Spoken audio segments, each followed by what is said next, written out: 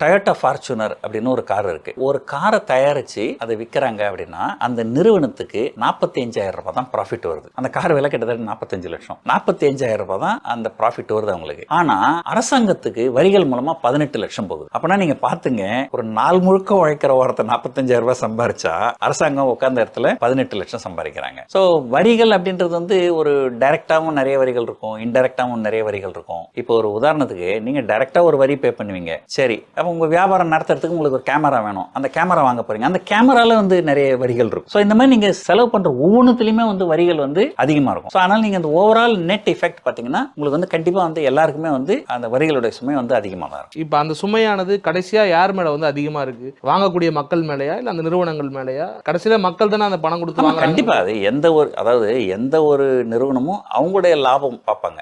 ஒரு உதாரணத்துக்கு அவங்க ஒரு தயாரிப்பு செலவு 10 ரூபாய் ஆகுது, 2 ரூபாய் டாக்ஸ் அப்படின்னா மொத்தம் செலவு 12 ரூபாய், ஒரு 13 ரூபாய்க்கு விற்பாங்க.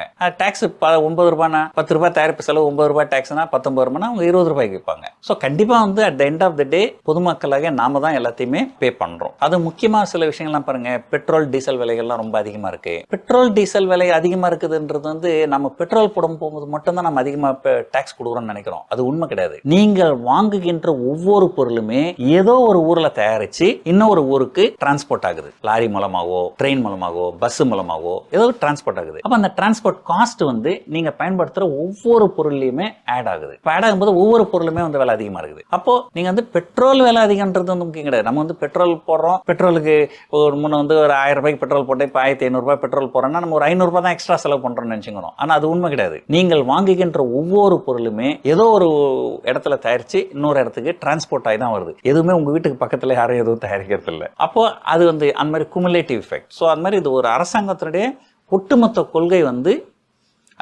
பாதகமாக இருக்கும்போது அதனுடைய பாதகம் மொத்தமே வந்து கண்டிப்பாக பொதுமக்களை தான் சேரும். இங்கே ஒரு ஸ்டாட்டிஸ்டிக்ஸ் என்ன சொல்லுதுன்னா, பாட்டம் 50% ஆஃப் த பீப்புள் தான் கிட்டத்தட்ட 90% ஆஃப் ஜிஎஸ்டி பே பண்ணுறாங்க அப்படின்னு சொல்கிறாங்க.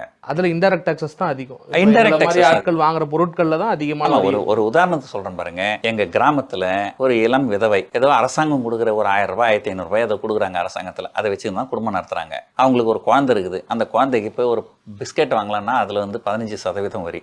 அவங்க போய் ஏதாவது வேற ஒரு பொருள் இல்ல, அவங்க அந்த மக்களுக்கே தெரியாது இல்லையா, அந்த பொருளுக்கான மதிப்பீடு தான் நினைச்சிருக்காங்க. நீங்க பெட்ரோல் வாங்க போனீங்கன்னா அதுல எவ்வளவு டாக்ஸ் இருக்குது? பெட்ரோல் பங்க்ல எழுதுவாங்களா, பெட்ரோல் 100 ரூபாய், ஜிஎஸ்டி 30 ரூபாய். ஆனா ஒரு தள்ளு வண்டி கடைக்காரன் மாம்பழம் விற்கிறான், ஒரு வாழைப்பழம் விற்கிறான், அவனை போய் அவன் பேர் எழுதணும்னு சொல்றீங்க.